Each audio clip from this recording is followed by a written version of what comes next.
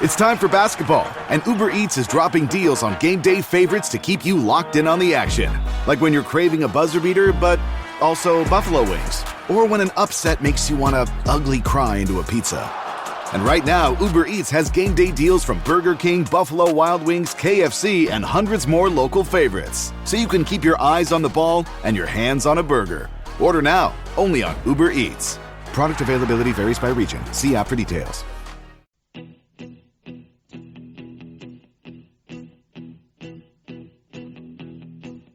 When I wake up, well, I know I'm gonna be the man who wakes up next to you. When I go out, yeah, I know I'm gonna be the man who goes along with you. If I get drunk. What's up, everybody? Welcome to another episode of the Sooner Nation podcast. Once again, I'm your host, Matt Hofeld, and as always, it's fun to be here to talk Sooner sports. We've got another little mini episode here, but it's going to be jam-packed. We're going to talk about Oklahoma softball, their series win at Missouri, highlight some key performances in that game, like Sam Landry, who is just rising to be not just the top ace of this team, but one of the top pitchers, if not the top pitcher in the SEC and possibly even the nation. The Sooners continue to roll in the 2025 season. We've got to talk about baseball. They had a crazy series win over Mississippi State over the weekend, including explosive offense, clutch pitching. It was all there. Some standout moments for the Sooners on the baseball diamond. And then we got to talk a little bit about men's basketball following their first-round loss of the NCAA Tournament. We'll see what the future holds, what it looks like for Porter Moser's program, and what the seniors need to do to keep progressing forward. So there we go. There we have it. Let's jump into the Sooner Nation podcast. This episode is brought to you by Indeed. When your computer breaks, you don't wait for it to magically start working again. You fix the problem. So why wait to hire the people your company desperately needs? Use Indeed's sponsored jobs to hire top talent fast. And even better, you only pay for results. There's no need to wait. Speed up your hiring with a $75 sponsored job credit at Indeed.com/podcast. Terms and conditions apply. All right, welcome back to the Sooner Nation podcast. Oklahoma just wrapped up a 3-game series against Missouri in Columbia. Despite suffering their first loss of the season in the second game of that series, the Sooners still come out on top, taking 2 out of 3. Sam Landry has to be one of the leading stories. There's another big one going on as well with the softball team right now, but Landry was lights out, throwing a complete game shutout in game 1, allowing just 1 hit and striking out 4 batters, and obviously she was backed up big time by her offense, Gabbie Garcia with a 3-run jack, and we saw 2 more home runs, one from Nelly McEnroe-Marinas, and then Ella Parker went yard. It was really good to see Ella Parker go yard, kind of break a little bit of a slump that she's been on in conference play. But I think it was a statement win for Oklahoma, getting the run rule 8-0 in just 5 innings.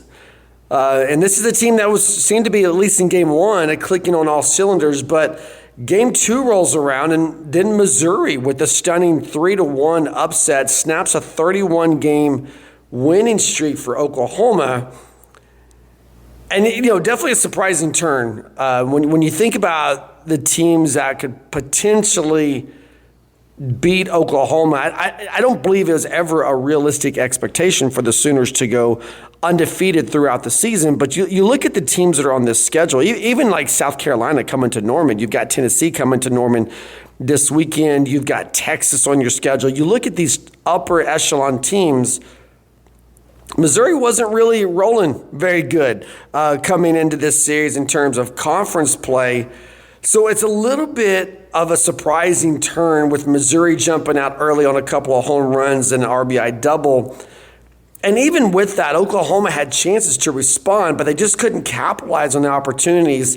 McEnroe-Marinas hit a solo home run in the 7th, but it was kind of a too little too late type thing. Prevented the Sooners from getting shut out. But ultimately, the Tigers take a 3-1 win in Game 2. And even this series up going into Sunday. And that's where you kind of, I mean, you expected Oklahoma to bounce back. I don't, again, like no one expected the Sooners to go undefeated throughout the season.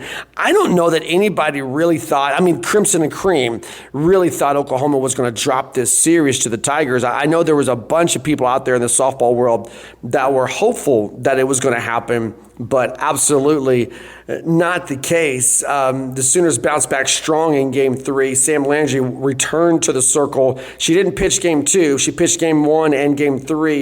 And once again, she was dominant, tossed in a complete game, allowing just one run to come in on 4 hits, and she struck out 9 batters. And, you know, look, again, Missouri had their chances. The Tigers go up 1-0 with a solo home run, but then Oklahoma just bounces back. Nelly McEnroe-Marinas again goes yard in the third inning. Her third home run of the series that ties the game, and then Cassidy Pickering just provided the crushing knockout blow, if you will, with a 2-run homer in the 6th inning. That gave Oklahoma the lead for good. Sooners attack on a couple more insurance runs in the 7th, finished with a 5-1 win to clinch this series. And it was a huge weekend for Oklahoma. They went yard in every single game. And Nelly McEnroe-Marinas finished the series with 3 home runs, 5 RBIs, and it solidified her as really one of Oklahoma's most dangerous hitters. And think about who we talked about coming into this series. You wanted Gabbie Garcia to continue her hitting streak, and we're talking about how dangerous she is. Of course, there's Ella Parker that you want to see her come out of that slump. Cassidy Pickering, but this is a weekend that belonged to McEnroe-Marinas, and she was what Oklahoma's offense needed, catalyst-wise. And I think maybe the bigger point here is that it proves in terms of Oklahoma's lineup that it's dangerous. It's not like you can pitch around Ella Parker. It's not like you can pitch around Gabbie Garcia. It's not like you can pitch around Cassidy Pickering, and you can't pitch around McEnroe-Marinas. There are big-time bats throughout this lineup, and Patty's doing what Patty always does with her lineups. She's developing it to where a pitcher can't catch a break. You don't want to put people on base because someone's going to come up that can knock it over the fence.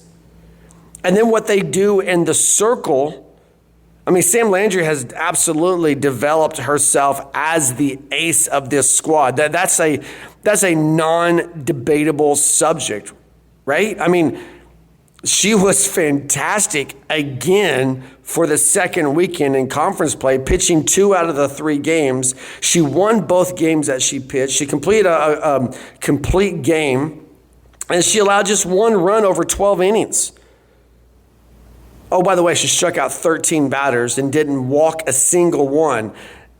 I don't know if you can make an argument for anybody else offensively or in the field or in the circle who anchors this team more than what Sam Landry is doing right now. And then you go back to Gabbie Garcia. Even though her hitting streak ended in Game 2, she did reach base, and she was a consistent force. And now she's got I think it's like a 16-game streak of reaching base. But again, power. 3-run home run in Game 1 that was key to their early momentum. And then Cassidy Pickering, she deserves a shout out because she had that clutch 2-run shot in Game 3 that kind of solidified everything. Missouri's thinking maybe the door's not slammed shut, and Cassidy's like, oh yeah, it's closed. Oklahoma gets that lead, and they don't relinquish it back. So even with the loss in Game 2, the Sooners showed that this is a resilient team. This is a championship caliber team. This is a team that believes in themselves. And that's what it takes. When you're the top-ranked team in the country, again, this is cliche. This isn't anything new. When you're the top-ranked team in the country, you've got the target on your back. And Oklahoma has the offense, and they've got the pitching, and they've got the defense to bounce back from adversity. And look, Patty's not changed. She's not changed. You may beat her once, but she makes it so difficult to beat her twice because of what she learns the first time you beat her. And now they've got a midweek game against Wichita State, followed up by a huge home series with the Tennessee Volunteers coming in. So the next 4 games, it's not like the Sooners are going to catch a break. Oklahoma rolled Wichita State earlier in the season, but the Shockers are a solid team. That'll be a good tune-up midweek type thing before you host another top 10 program. And that series is going to be huge.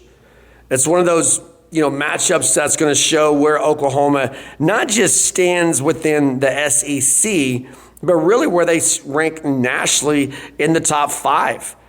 Because you drop that second game to Missouri, and I don't think you have a rock solid argument anymore to hold on to the top spot. Now, I personally believe that this team is the best softball team in the nation. I personally believe they deserve to be number 1 in the nation. But when you look at dropping a game to a Missouri team that's the bottom of the SEC rankings, people like Texas, they're going to sneak in there and say, hey, we deserve that number 1 ranking. So how do you squelch that? How do you silence that? Well, you take on Tennessee at home and you win that series, and then you're reinstated with your case. So it's going to be fun. Oklahoma has the momentum on their side, and I believe they're ready for whatever comes next. This episode is brought to you by Walmart. New beauty is in bloom at Walmart, and it's all about springtime radiance. From Drybar, Tula Skincare, and hundreds more available online, Walmart has the premium brands you want and this season's on-trend products for flawless, glossy hair and hydrated skin. Big name beauty brands? Check. The things you love? Check. Find trending spring beauty and all you need to look and feel gorgeous at Walmart, on app and online. All right, so let's talk some basketball. Oklahoma gets bounced in the first round of the NCAA Tournament this year. Look, Oklahoma's kind of at a crossroads with Porter Moser. It's been 4 years, and the big question is, and I don't know that anybody really knows the answer at this moment, but the big question is, where does this program stand after the 2024-25 season? Now, Moser did lead Oklahoma back to the big dance, but that loss to UConn in the first round, it leaves questions. I mean, because that was a game that, like many other games this season for the Sooners, was winnable. They had a lead late, and they just, wasted it. So it's been an interesting journey for Moser. I'm confident. Now, as I say this, watch, news is going to break before I could even publish this podcast, but I'm confident that he bought himself at least another year in Norman with that tournament appearance. You can't, that's what everybody said. You got to get to the dance. You got to get to the dance. You got to get to the dance. And I don't think you can say, well, they lost in the first round, so now you got to put the pressure back on him. I don't think that's the way it works. The pressure was to get there, and that's what they did. And that was huge for Porter Moser to get to that moment. Because I do think his job security was in question coming into this season. But now it's a different kind of pressure because he's got to keep building. You can't take a step back. You can't not make the tournament next year because that pressure is going to continue to mount. And it seems like for the first time, it seems like Moser's got the foundation, but now you got to take that next step. And I believe he's fully aware of where he stands. And I believe he's fully aware of what it takes to get this program going and make that next level. After the loss to UConn, he talked about the importance of winning in April and May, but he's talking about NIL deals because the transfer portal is about to open up for college basketball. And one thing that's clear with college athletics across the board, success is no longer just about X's and O's. It's no longer just about what you draw up on the playbook and how you execute that in the game. It's about keeping your roster intact, and then it's, making sure the best players that you have don't leave. And that's something that Moser's not been able to do. But it's also about going out and getting those high impact players. And the reality is that Oklahoma is going to have a very different roster again after this offseason. The top 6 scorers are gone. They're either out of eligibility or, like Jeremiah Fears, they're expected to leave. Not necessarily for another program, but for the NBA. I mean, dude, it seems to be a lock for the first round, and a lot of people are saying that he's a lottery pick. Averaged 17 points a game this season, 4 rebounds, 4 assists. And what's fascinating about Jeremiah Fears is just how young he is. Don't forget, he reclassified to join the class of 2024. So age-wise, this is a kid that should be finishing up his senior year of high school right now. Instead, he's finishing up his only season, it looks like, of collegiate basketball. And he's a guy because he's got to put on some muscle. He's got to learn a little bit more about the game, but there's no denying the raw talent that's there. There's no denying the quickness that's there, and he could be an impact guy at the next level. And I think it was always expected to be a one and done with Jeremiah Fears. I mean, it's not like he's a late second round pick. It's not like he's a potential draft pick. This guy seems to be, by all accounts, a lock, and maybe even a lottery. So now the question is not, is Jeremiah Fears going to stay? The question is, can Porter Moser bring in another high-level talent like Fears to keep the program moving forward? And that's where NIL is going to come into play. Moser seems confident about the future. I mean, he mentioned how proud he is of the players, how hard they fought, how they competed, and what is the toughest easy for you to say, right? The toughest conference in the country. And it's easy to just write that off as coach speak, but it's more than that. I mean, if you think about it, he's been in the toughest conference in the country all 4 years he's been at Oklahoma. The first 3 in the Big 12. The Big 12 was a gauntlet. Now the Sooners made the jump to the SEC, and what happens is, oh yeah, by the way, the SEC is the best conference in America. Look at the Sweet 16. Almost half of the Sweet 16 seems to be coming from the SEC. So for Moser, it's not about necessarily rebuilding from scratch, but it's more about navigating an offseason with a clear vision. And he's shown, I mean, you got to give him credit. I don't know if it's 50-40, 50-50, 60-40, 55-45 in favor or against Moser amongst Sooner Nation, but regardless of where you are on that fence, you have to at least give him credit for making the tournament, and you have to give him credit for landing a guy like Jeremiah Fears. He's shown that he can bring in high caliber players. But now it's going to be about holding on to guys, getting more guys, and building the depth of this program. And he's going to find new stars. But the thing is, like Fears, he said that, we've seen him do it before. So you got to think he could do it again. So it is. I mean, it's tough. If you're an Oklahoma fan, you finally get that taste of the NCAA tournament again, and then you see Jeremiah Fears gone. You think the program's moving in the right direction, but then you have this uncertainty with the top 6 scorers gone. You have to appreciate the fight that this team showed. I mean, after that LSU loss, I think most of us thought this team was done. When they lost that game at home to LSU, you just kind of thought, okay, another year, another hopeful, you get an invitation to the NIT or whatever, the CBI. But they fought back and they finished strong and they made the tournament. They did what the expectation was. No one expected them to win the SEC. The thing was get to the tournament, and they did that. Now Moser's got his work cut out for him, but he's got the tools to make this team take a step to the next level, but he's got to have the NIL, and that's going to be the big question mark moving forward.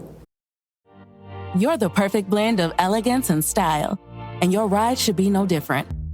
The 2024 Hyundai Sonata Hybrid meets all your needs, from business to brunch and everywhere in between. With head-turning details like a sleek front end, plus stylish interior, and an available 12.3-inch digital instrument cluster and seamless tech integration.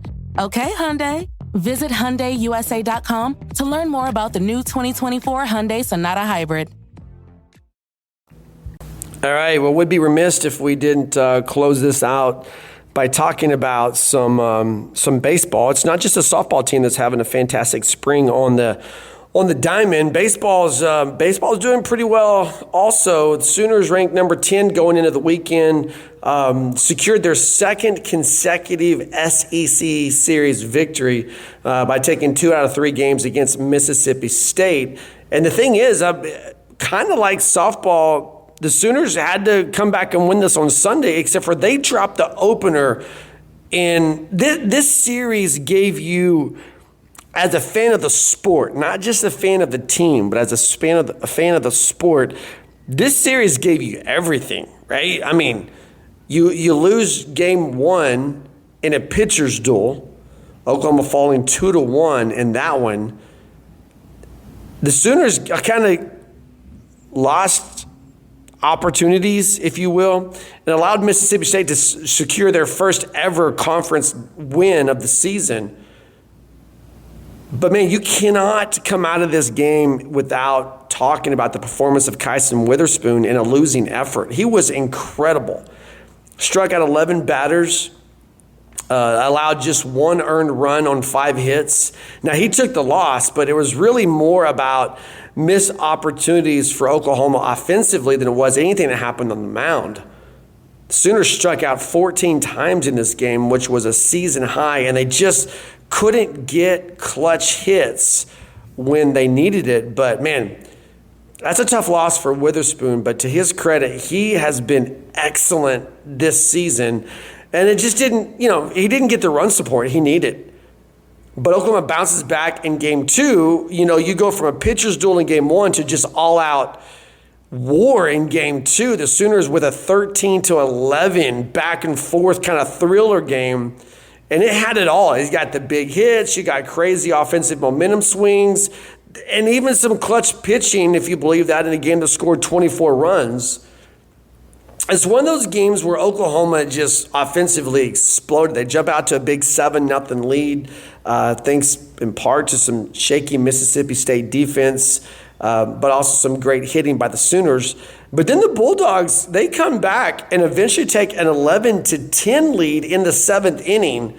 And then that's when Dawson Willis stepped up and hit a 2-run jack in the 8th to put the Sooners ahead for good. Oklahoma's bullpen, James Hitt, Dylan Crooks, these guys, they came in and shut things down in the 9th to secure this win. But definitely a total team effort.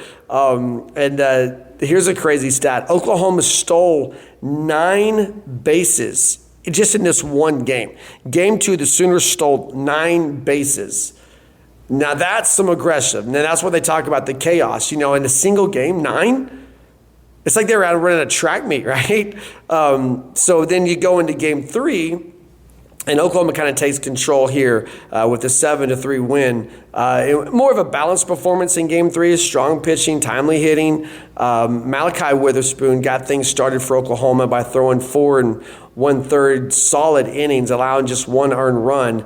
And then Oklahoma's offense took over. Mississippi State briefly had the lead with a 3-run 3rd inning, but then Oklahoma responded with 5 unanswered runs. Sam Christensen tied the game with a solo shot, and then the Sooners took the lead for good with a 3-run 6th inning. And then you got to go back to Dylan Crooks, man. This guy not only picked up his SEC leading 7th save, but also kind of helped out his cause with a key sacrifice bunt in the 8th inning.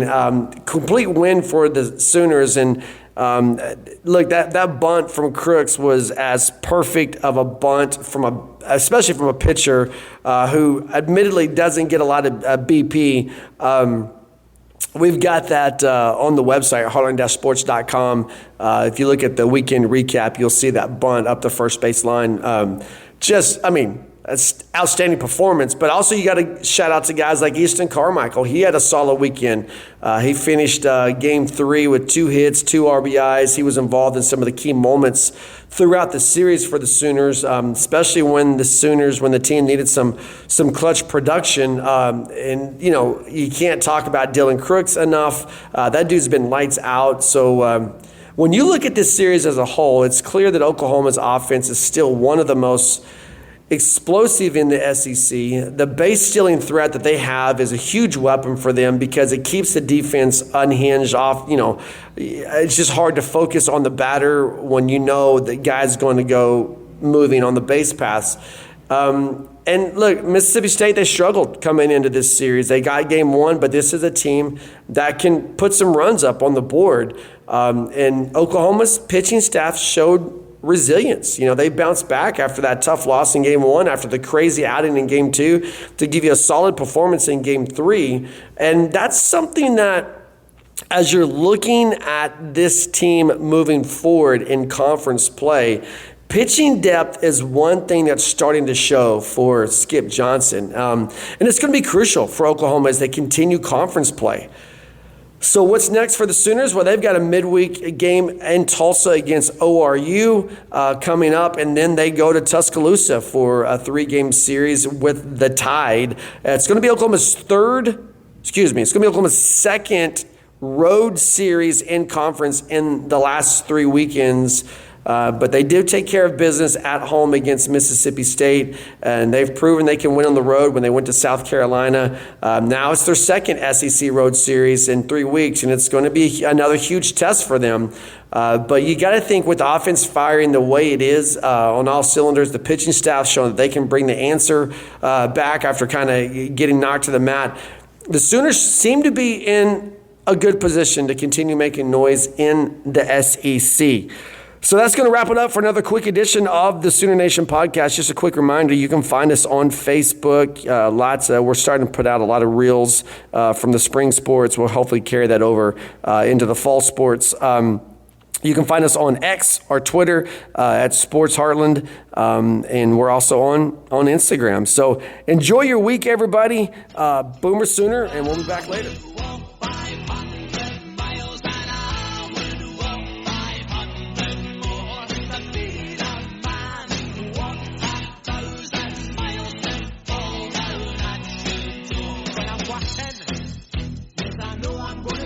I'm gonna be the man who's working hard for you. And the money